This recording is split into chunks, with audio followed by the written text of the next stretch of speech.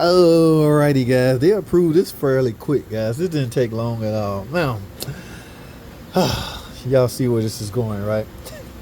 It's at Cousin Pookie shop with an oil leak. And mind you, just the oil leak. That's it. That's the only problem she had. Oil leak.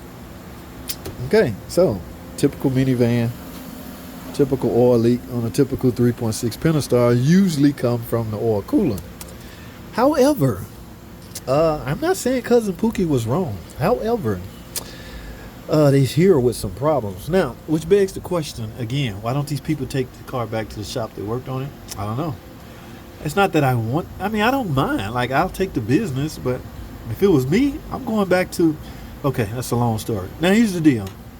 It's not in for oil leaking or more oil leaking or whatever. She's having some strange, she said sometime a temp hand will go up high, then it'll fall back down. And the oil pressure light will, not oil pressure light, what's the name of that light?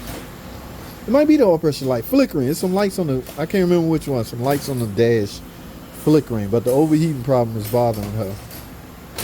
Now, mind you, when you do one of these, remember there's a coolant hose that go to this.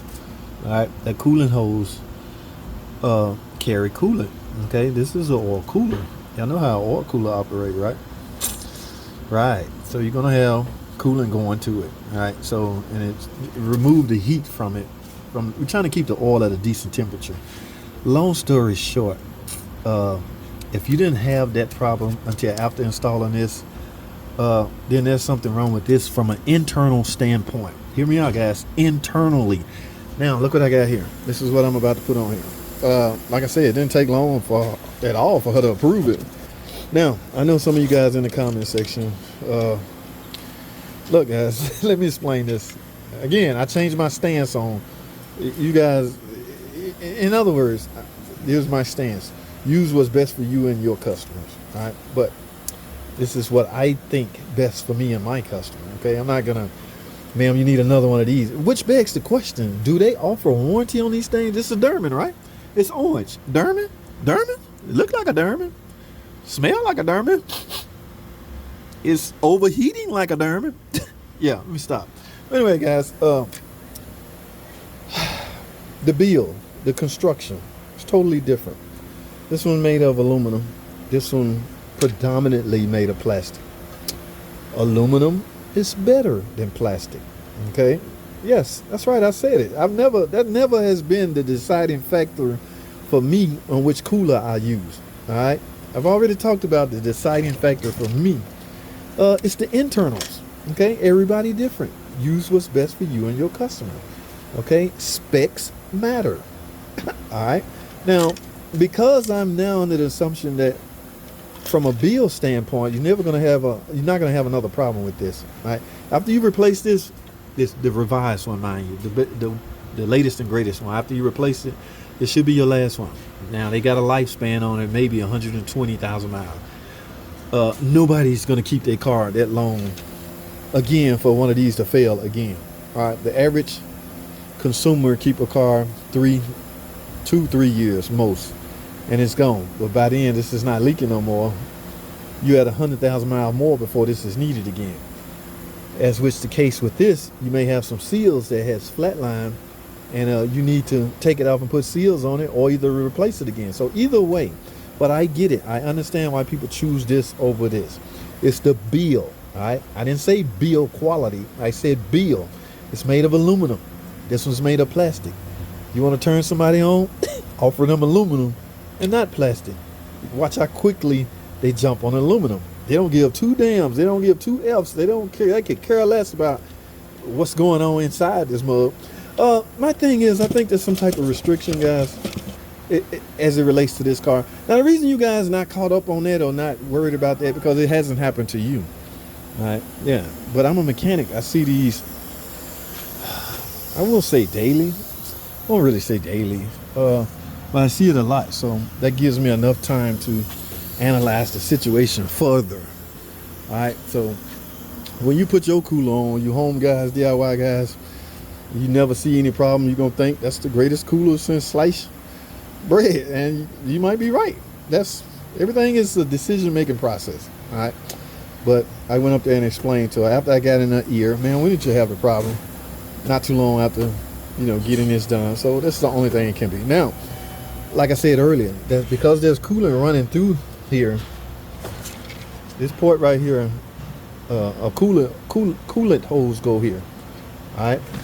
I was starting to question, did the previous tech bleed it properly? But she said it's been over 2-3 weeks. So yeah, no car is gonna run that long with an air pocket, all right? Yeah, it's a little bit down there in the reservoir, and she said there's no coolant leak. In fact, I pressure tested, there is none. So this thing is not leaking, it's just something going on internally that's affecting temperature. All right, remember, this is a Gen 1 or a Gen 2. There's an oil temperature switch on this cooler, and there's an oil pressure switch. The coolant temp sensor, which tells the PCM the temperature of the coolant, is stabbed on the head right here. All right, that's the coolant temp sensor. They had to put it on that port because that's the best spot to measure the temperature of the coolant. That tells the computer the temperature of the coolant. All right, so, but again, there's no code. It's just temperature going crazy. All right, and supposedly it's properly bled. I'm gonna replace the cooler, properly bleed it, go drive it, verify that it's fixed, and guess what? Give her car, and we may have a permanent customer after that. All right, again, nothing against Dermot or Cousin Pookie shop that put this on. Yeah, nothing against anybody. To each his own, man. Everybody do your thing, man. Now, to this customer credit, imagine that. She got a Mopar battery and a Derman cooler. Wait a minute. Keep it in the family, lady. And I bet she ain't having no battery problem. You know why? Yeah. So if this was a Derman battery, she probably would have dual Derman problems. Let me quit. Let me stop clowning around. But guys, I gotta go. I got to get this cooler on. She's up there waiting. Let me stop playing with y'all. Hey, you even got a new air filter. Is this Mopar air filter or is this Derman? I can't tell. Mopar used to have a big M on it. Yeah. So this lady's just a semi-smart lady. Went with a Mopar battery and a Derman cooler. Wait a minute. Okay. Guys, I gotta go. Let me go grab my tools, my tray, and roll it over here and get the cracking. Alright. Appreciate y'all tuning in, man. Y'all know the drill. It's your boy JT the Car Guy. I asked her did she had the plugs changed while they was in there. Supposedly they did that. I don't even want to go in there. I might find some auto light spark plugs in there. I don't even want to know. But I did ask her had she had it replaced. She said they did the plugs and the cooler while they was in there. So I'm guaranteeing that they're not Mopar spark plugs. Yeah, Mopar spark plugs are the best. Let me go. I gotta go. Thanks for watching.